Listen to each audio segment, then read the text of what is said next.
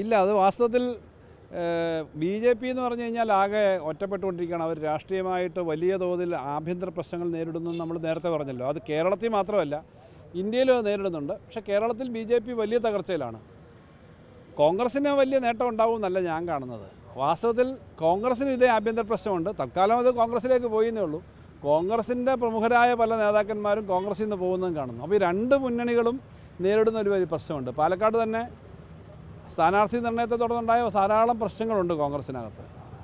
അപ്പോൾ അത് ഇവർക്ക് ഈ രണ്ട് പേരും പാലക്കാട് രാഷ്ട്രീയമായി കഴിഞ്ഞ പ്രാവശ്യമൊക്കെ കുറേ വോട്ട് കൂടുതൽ കിട്ടുകയാണെങ്കിൽ ഇവരെ വിശ്വസിക്കാൻ കൊള്ളത് സ്റ്റെബിലിറ്റി ഇല്ല, പരസ്പരം ഇൻഫൈറ്റിംഗ് ആണെന്ന് തോന്നിക്കുന്ന കാര്യങ്ങളാണ്. അതുകൊണ്ട് സന്ദീപ് വാര്യർ ബി ജെ പിയിൽ നിന്ന് കോൺഗ്രസിലേക്ക് പോയി എന്നുള്ളത് ബി ജെ പിയുടെ വലിയ തകർച്ച കാണിക്കുന്നതാണ്.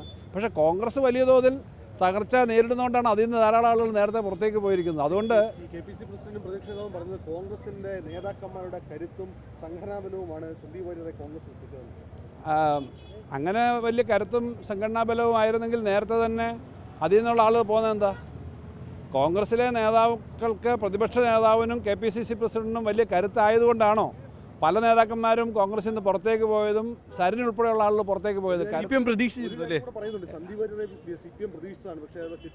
അങ്ങനെ പ്രതീക്ഷിച്ചിരുന്നില്ല. പ്രതീക്ഷിച്ചിരുന്നെങ്കിൽ ഇങ്ങനെയല്ല പറയുന്നത്. എന്തായാലും അങ്ങനെ പ്രതീക്ഷിച്ച് ആളുകളുടെ സ്വഭാവം നോക്കാതെ അല്ലെങ്കിൽ എങ്ങനെ നോക്കും എന്നുള്ളത് അറിയാതൊന്നും അങ്ങനൊന്നും ഞാൻ പറയുന്നില്ല. ക്ഷണിക്കുന്നതും ക്ഷണിക്കാത്ത പ്രശ്നം വന്നില്ല. ഇപ്പോൾ ഒരു പാർട്ടിക്കകത്തൊരു ആഭ്യന്തര പ്രശ്നം ഉണ്ടായി എന്ന് അറിഞ്ഞാൽ ഉടനെ പോയിട്ട് ക്ഷണിക്കുക എന്നുള്ളത് CPMൻ്റെ രീതിയല്ല.